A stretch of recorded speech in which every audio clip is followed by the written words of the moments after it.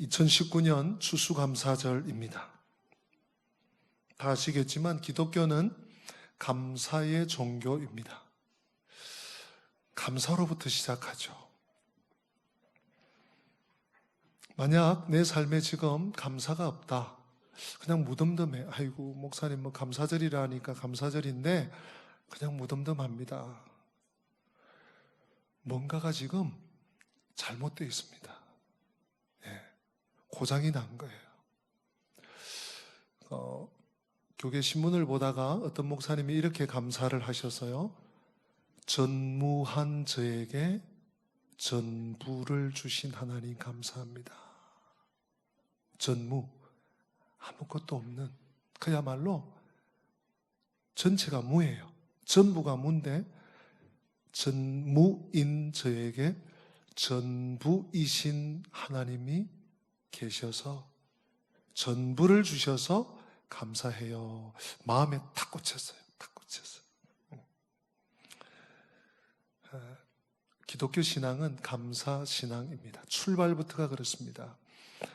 레위기에도 나오고 신명기에도 나오고 또 민수기에도 아마 나올 거예요. 출애굽기에도 나올 것 같고요. 특별히 레위기 23장에 보면 절기들을 쭉 소개하는데 수장절이 나옵니다. 우리로 치면 추수감사절이죠.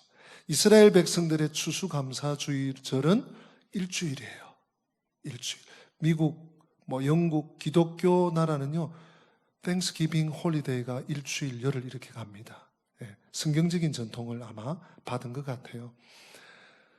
이스라엘 백성들은 일주일 동안 일주일 내내 하나님이 주신 것에 대해서 감사하고, 그럼 일주일 지나면 8일째 다시 안식일로 8일을 감사절로 지키는 것이죠. 근데 이 감사절에 우리처럼 이렇게 따뜻한 예배당, 편안한 예배당이 아니고 이들은 초막에서 지냅니다.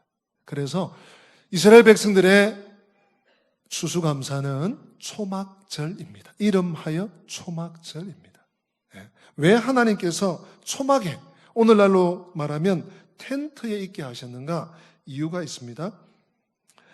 레위기 23장 42절에 보면 너희는 이레 동안 초막에 거주하되 이스라엘에서 난 자는 다 초막에 거주할지니 이는 내가 이스라엘 자손을 애굽 땅에서 인도하여 내던 때에 초막에 거주하게 한 줄을 너희 대대로 알게 함이니라. 나는 너희의 하나님 여호와이니라. 모세는 이와 같이 여호와의 절기를 이스라엘 자손에게 공포하였더라. 너희들의 근본이 광야 40년 동안 초막에, 제대로 집도 없어요. 초막이 뭡니까 여러분? 잠깐 있다가 또 옮겨가. 그러면 옮겨가야 돼요. 텐트 걷어. 그러면 걷어야 되는 거예요. 그렇게 40년을 지내왔습니다. 너희들은 그런 백성이야. 전무한 너희들을 전부인 내가 키워서 너희들 굶지 않도록 만나와 고기 메추라기 주고, 너희들 헐벗지 않도록 옷 주고, 너희들 맨발로 다니지 않도록, 발이 부르트지 않도록 신발 주고, 40년을 하나님이 그렇게 키우셨으니 너희들이 초막에 일주일 동안 거하면서 하나님께로부터 왔지, 이 추수가, 이 풍성한 오곡백가가, 이 쌀이, 이 호박이 하나님께로부터 왔지 하고 기억하라는 거죠. 그래서 기독교 신앙은 감사 신앙입니다. 수확해서 저장해 놓고 감사할 뿐만 아니라 씨를 뿌리고도 감사하고, 이것들이, 이들이, 이 곡식들이, 이 과일들이 자라나는 과정에도 감사. 수확할 때도 감사. 그래서 신약 데살로니가 전서 5장 18절 너무 유명하죠? 우리 같이 한번 해보실까요? 화면이 띄워집니까? 네. 데살로니가 전서 5장 18절, 아마 암송하시는 분들도 많으시게요. 우리 같이 한번 읽어보십니다. 범사에 감사하라. 이것이 너희를 향하신 하나님의 뜻이니라. 아멘. 다시 한번요. 범사에 감사하라. 이것이 그리스도 예수 안에서 너희를 향하신 감사하는 것이 뭐라고요? 하나님의 뜻이, 하나님의 뜻. 하나님의 뜻. 이게 뭔 말이에요? 감사는 선택사항이 아니라는 거예요. 감사는 하나님의 명령입니다. 감사는 하고 싶다고, 혹은 상황이 주어졌다고, 나에게 어떤 조건이 주어졌다고 하는 것이 아닙니다. 할 수 있는 것이 아닙니다. 감사는 명령입니다. 시편 136편 같은 경우는요, 이스라엘의 역사시인데, 감사하라, 이스라엘아 감사하라, 너희들을 말라 죽지 않게 하신, 내 적군의 입에 씹히지 않게 하신, 너희들을 홍수에서 구원하신, 홍해에서 구원하신 26가지의 감사를 명령하고 있습니다. 여호와께 감사하라. 감사 한번 해볼래? 감사하면 좋은데가 아니에요. 감사는 명령입니다. 또한 감사는 하나님의 뜻입니다. 그러므로 반드시 감사해야 합니다. 반드시. 또 우리가 감사할 때요, 감사하고 끝나는 게 아니에요. 이상합니다. 달라진 환경이 달라지고 뭐 이렇게 사람이 더해지고 이런 거 없는데 일이 잘 돼. 일이 잘 돼. 감사하면 일이 잘 돼. 아주 매끄럽게 돼요. 그런 경험들이 있으실 거예요.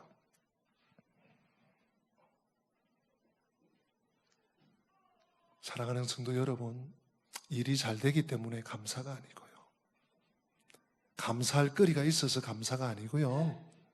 감사가 먼저입니다. 근데 이게 어려워요. 우리는 조건이 있을 때, 아우, 감사해라. 아유, 감사해라. 그래 놓고 또 감사 잘 안 하셔. 하는 분도 있지만, 금세 잊어버려. 월요일 날 좋은 일이, 화요일 날 좋은 일이 있었는데, 하나님께 감사하기를 주일 되면 잊어버려. 그것도 쉽지 않지만, 이건 더 어렵죠. 감사가 먼저라니까. 일이 있어서, 환경이, 조건이 주어져서 감사하는 것이 아니라, 먼저 감사하는 거예요. 어떤 일을 하기 전에 감사하는 거예요. 기도도 하지만, 감사부터 하는 거예요. 늘 감사하며 산다는 것은 내 삶의 중심이 나에게 있는 것이 아니고 세상에 있는 것이 아니고 하나님께 있습니다 하는 신앙 고백이에요. 여러분, 그러므로 이 감사는요, 믿음입니다. 신앙 고백이고요. 그리고 감사는 또 한 걸음 더 나아가면 순종입니다. 여호와께 감사하라 하는데 우리는 감사 안 해. 뻣뻣해요. 맹숭맹숭해요. 뭐 내가 잘해서 그렇지. 내가 열심히 해서 11월 달까지 왔어 그렇지. 그렇게 표현하지는 않아도 우리는 그런 줄 알고 속고 살고 있어요. 다시 말씀드립니다.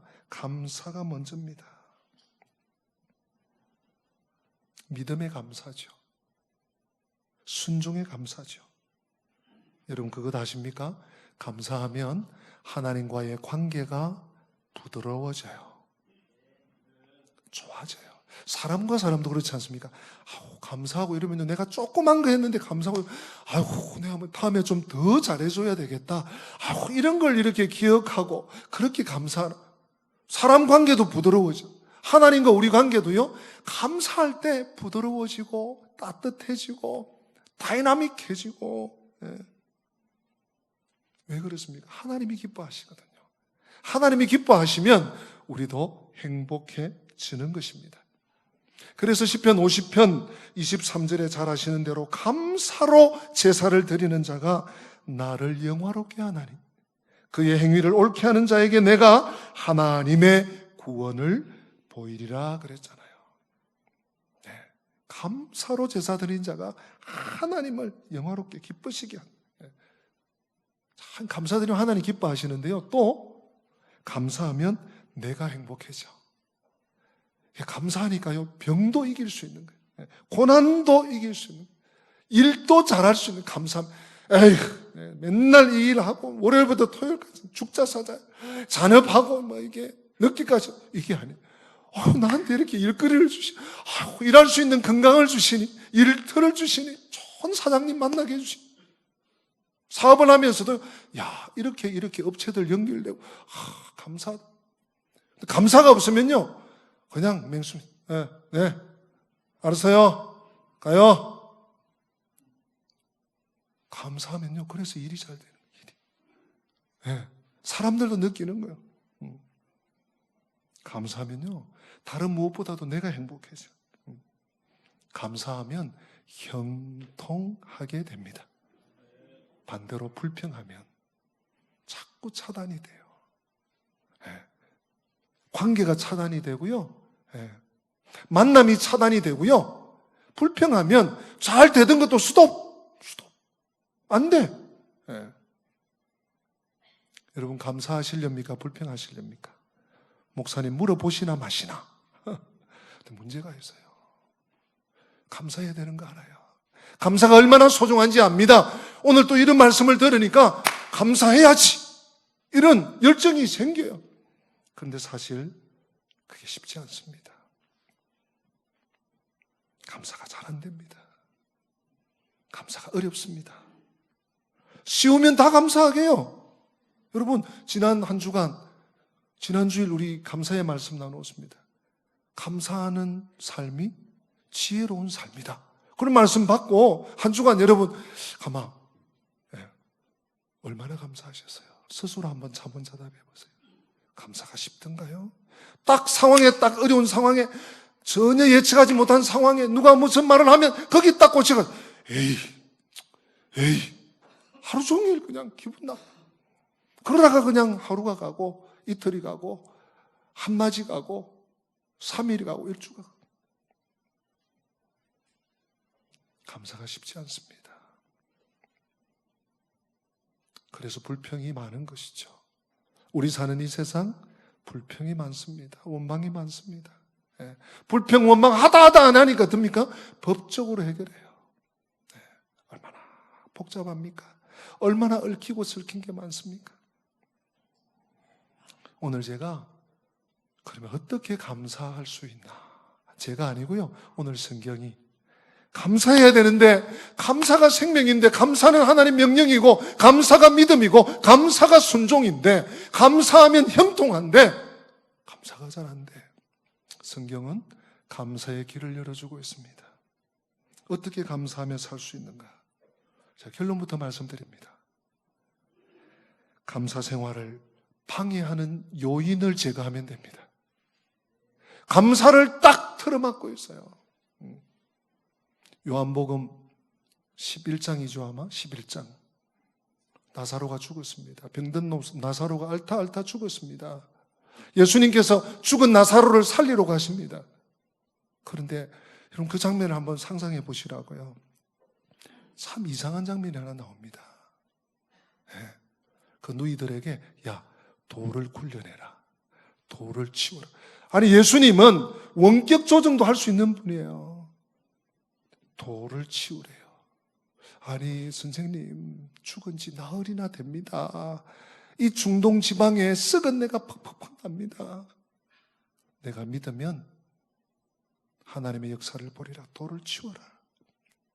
돌을 치웠더니 예수님이 나사로야 나와라. 감사를 딱 틀어막고 있는 돌, 그 돌이 뭔가? 오늘 본문은 욕심이라고 말씀하고 있습니다. 여러분, 감사의 반대는 불평이 아닙니다. 불만도 아닙니다. 원망도 아닙니다. 감사의 적은 뭐라고요? 욕심입니다. 오늘 욕심에 대해서 이렇게 집요하게, 깊이, 섬뜩하게 말씀하는 구절이 성경 다른 어디에도 없습니다. 디모데전서 6장 6절로 10절. 특별히 어떤 욕심입니까? 물질에 대한 욕심. 오늘 물질 만능이라고 합니다.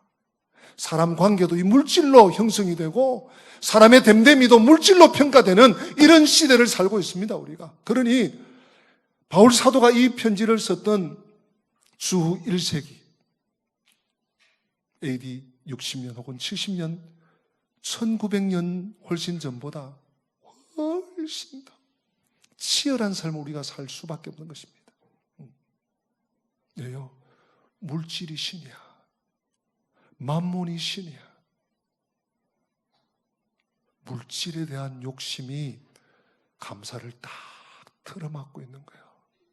그래서 예수님이 오셔도 감사가 안 되는 거예요. 나사로가 살아나질 않는 거예요. 믿어지질 않는 거예요. 자, 이 욕심을 어떻게 비울 수 있는가? 우리 6절 말씀 한번 읽어보십시다. 6절 시작. 그러나 자족하는 마음이 있으면 경건은 큰 아멘. 자족하는 마음입니다. 욕심을 이기려면 만족하는 거예요. 자족하는 거예요. 6절을 제가 다시 읽겠습니다. 그러나 자족하는 마음이 있으면 경건은 뭐가 된다고요? 큰 이익이 된다. 여러분, 경건이 뭡니까? 경건은 하나님 앞에서 바르게 살려고 하는 것입니다. 하나님 앞에 살려고 하는 것입니다. 하나님 없이 사는 것이 아니라 하나님과 함께 살려고 하는 것입니다. 그것이 코람데오죠. 경건이 어떤 존재인가 하면요, 디모데전서 4장 8절에 보니까 육체의 연단은 약간의 유익이 있으나 경건은 범사에 유익하니 금생과 내생에 약속이 있느니라. 육체의 연습, 우리 육체가 막 건강하고 하면 활기가 있죠. 또 우리가 뭐 어떤 분야에 대해서 막 이렇게 일을 하거나 공부를 하거나 기술을 배우면 한 10년 정도 하면 거기에 전문가가 됩니다. 그건 우리가 이 땅에 사는 동안 필요한 거예요. 근데 경건은 뭡니까? 금생과 내생에 하나님을 알고 하나님을 의지하고 하나님을 경외하고 하나님 말씀을 붙잡고 순종하고 따라가는 것. 금생과 내생에 유익한데 자족하는 마음이 없으면 이것도 쓸데가 없어. 아무 의미 없는 것이 되고 만다는 것입니다. 욕심 앞에서는 힘을 잃어버리는 것입니다. 사랑하는 성도 여러분, 욕심을 버려야 내 삶을 찾을 수가 있습니다. 우리 그 다음 말씀 한번 읽어보실까요? 7절입니다. 그러면 어떻게 어느 정도 우리가 자족할 수 있나? 한번 7절 같이 읽습니다. 시작. 우리가 세상에 아무것도 가지고 온 것이 없음에 또한 아무것도 가지고 가지 못하리니. 7절 틀린 말씀이 있습니까? 혹시 이 땅에 태어나실 때 금반지 끼고 태어나신 분 계세요? 금목걸이, 10돈짜리 금목걸이 하고 태어나신 분 안 계시죠? 아무도 안 계세요. 성경 그대로입니다. 우리가 세상에 아무것도 가지고 온 것이 없어. 그러므로 갈 때도 아무것도 가지고 가지 못합니다. 이걸 먼저 알아야 되고요. 그 다음 8절 말씀 시작. 우리가 먹을 것과 입을 것이 있은즉 우리의 자족, 족한 줄 아는 지족은 어느 선까지가 정상이냐? 먹을 것과 입을 것. 여기에 부족함이 없으면 된 거예요. 그럼 만족해야 되는 거예요. 여기에 진정한 만족이 있고 여기에 진정한 행복이 찾아옵니다. 만족할 때 감사할 수가 있어요. 만족하는 것에서부터 참된 자유가 시작됩니다. 우리가 얼마나 만족하며 살고 있습니까? 얼마나 자족하면서 살고 있습니까? 혹시 여러분 계속 다른 사람과 비교하지 않습니까? 저 집은 아파트도 있고, 저 집은 땅도 있고, 저 집은 차도 있고, 저 집은 월급도 많고. 그러면요, 자족이 안 돼요. 성경의 기준은 뭡니까? 먹을 것과 입을 것이 있은즉. 너가 올 때 아무것도 가지고 오지 못해서 갈 때 아무것도 가지고 못해. 똑같습니다. 대기업의 총수나 단칸방에 사는 젊은이나 똑같아요. 그것이 성경의 정의입니다. 우리가 이 사실을 알고 뼈에 새기고 기억할 때 우리는 족할 수 있고요. 그때 욕심을 끊쳐버릴 수가 있습니다. 자, 한 절 더 보십시다. 9절 말씀. 이제 9절부터 10절까지 오늘 본론이 나옵니다. 우리 9절 같이 읽습니다. 시작. 부하려 하는 자들은 시험과 올무와 여러 가지 어리석고 해로운 욕심에 떨어지나니 곧 사람으로 파멸과 멸망에 빠지게 하는 것이라. 아멘. 여러분, 하나님은 네가 세상에 아무것도 가지고 온 것이 없다. 그러니 가지고 갈 것도 없다. 너 먹을 것과 입을 것이 있으니 족한 줄로 알아라. 하는데 우리는 어떻게 삽니까? 오늘 9절 말씀처럼 자꾸 욕심을 부려요. 부하려고 해요. 부귀영화를 누리려고 해요.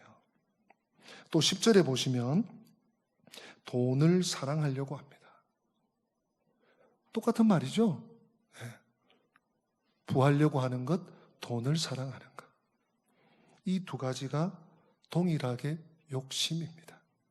오늘날 모든 사람이 추구하고 있는 두 가지가 부귀영화를 누리려고 합니다. 욕심을 부립니다. 그리고 돈 합니다. TV를 틀어도, 핸드폰을 돌려도, 인터넷을 들어가도 돈.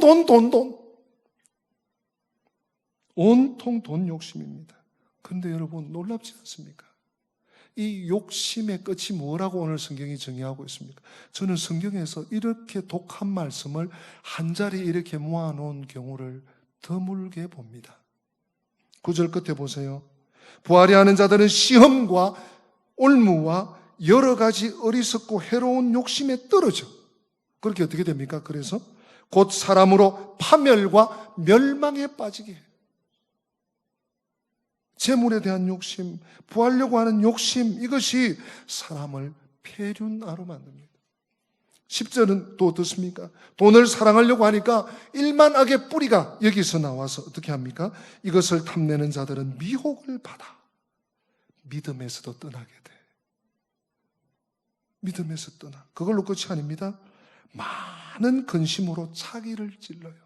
돈이 나를 성공시켜 줄 것 같고, 돈이 나를 많은 사람들에게 뭔가 아주 대단하게 부각시켜 줄 것 같고, 돈이 나를 아주 인기 있는 사람으로 만들어 줄 것 같았는데, 결국 성경은요, 그것이 너를 찌르게 된다. 사랑하는 성도 여러분, 욕심을 부리면 다 망가집니다. 욕심이 우리를 다 망가뜨립니다. 네. 좀 시간 지나면 좀 좋아지지 않겠나? 아니요, 더 나빠집니다.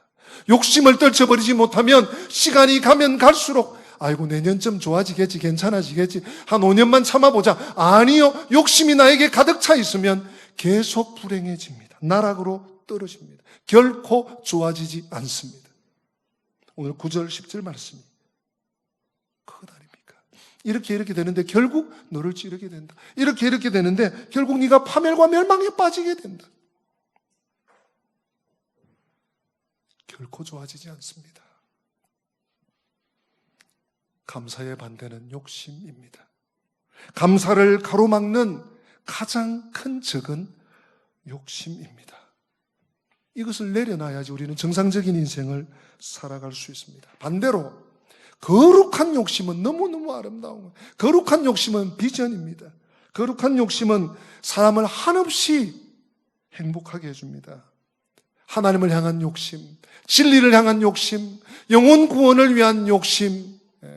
아까 우리 이중희 집사님 인터뷰 보셨죠? 많은 말씀하지 않았어요. 전도 기뻐요. 이 거룩한 욕심이죠. 나는 휠체어 타고 나가야 되는데 다른 사람이 어떻게 할까? 이런 생각. 그냥 거룩한 욕심이 그 자체가 행복한 거예요. 기쁜 거예요. 거룩한 욕심이 있을 때 우리는 세상 욕심을 이길 수 있습니다. 다시 한번 말씀드립니다. 욕심의 돌을 굴려내야 부활의 생명이 역사합니다. 욕심을 버려야 감사하며 살 수 있습니다. 이 감사절, 좋은 말, 축복의 말, 그런 말만 하면 얼마나 좋겠습니까? 그런데 우리의 마음을 병들게 하는, 우리의 영육을 썩어 문드러지게 하는 욕심 품고 있으면 안 되겠기에 성령의 인도를 따라서 오늘 식구들과 함께 나누었습니다. 욕심을 버려야 감사하는 삶을 살 수 있다는 사실을 기억하시고, 오늘만 아니에요. 이 주간만 아니에요. 올 연말 다 가도록 우리 평생에 욕심을 비우는 일에 한 걸음 또 한 걸음, 한 계단 또 한 계단 올라가시는 저와 여러분들 되시기를 축복합니다. 다 함께 기립하십니다. 그런 마음을 가지고 오늘 피었다 지는 들풀도 입히는 하나님, 우리 믿는 마음으로 찬양하겠습니다.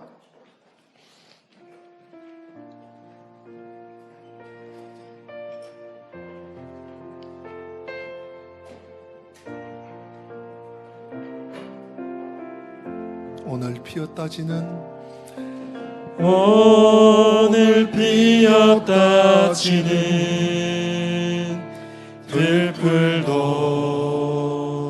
입히는 하나님, 진흙 같은 이 몸을 정금 같게 하셨네. 푸른 하늘을 나는 새들도 먹이는 하나님, 하물며 오으리냐. 아멘. 염려 필요 없네. 우리 마음속 깊은 그곳에 영혼을 내리신 주, 죽음이신 영원한 생명을 약속하시었네.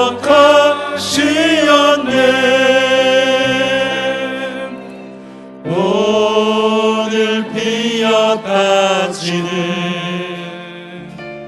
들풀도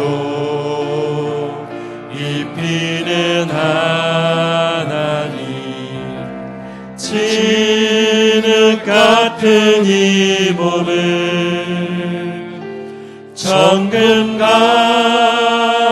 같게 하셨네. 기도하겠습니다. 하나님, 감사하고 싶습니다. 감사로 살기 원합니다.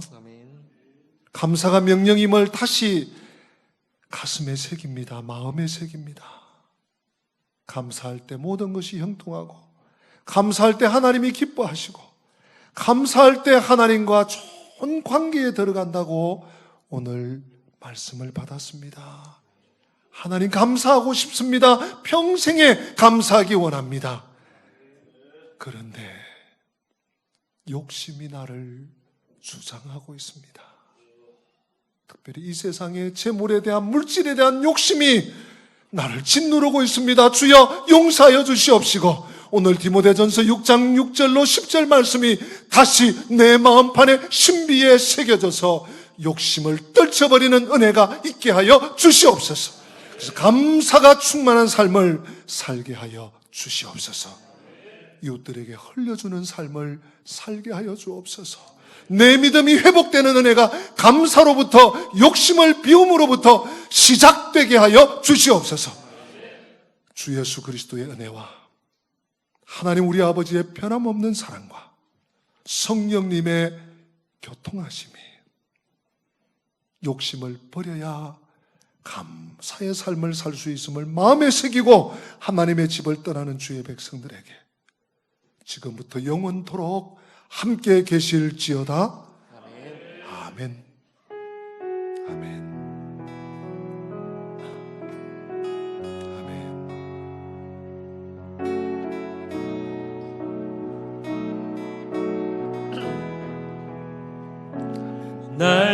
날마다 숨쉬는 순간마다 내 앞에 어려운 일 보내 주님 앞에 이 몸을 맡길 때 슬픔 내 두 2절로 고백합니다. 날마다 주님 내 곁에 계셔. 날마다 주님 내 곁에 계셔 자비로 날 감싸주시네. 아멘. 주님 앞에 이 몸을 맡길 때 힘주시 내 위로함 주네. 어린 나를 품에 안으시사 항상 평안함 주시도다. 내가 살아 숨을 쉬는 동안 살피신 나 약속. 인생의 어려운 순간마다 인생의 어려운 순간마다 주의 약속 생각해보네. 내 맘속에 믿음 잃지 않고 말씀 속에 위로를 얻네. 주님의 도우심 바라보며 모든 어려움 이기도다. 흘러가는 순간순간마다 주님 약속 새겨봅니다. 아멘. 양옆에 계신 분과 앞뒤로 계신 분과 함께 한 주간도 감사로 승리합시다 인사하시며 금일 2부 예배를 마치도록 하겠습니다. 한 주간도 감사로 승리합시다.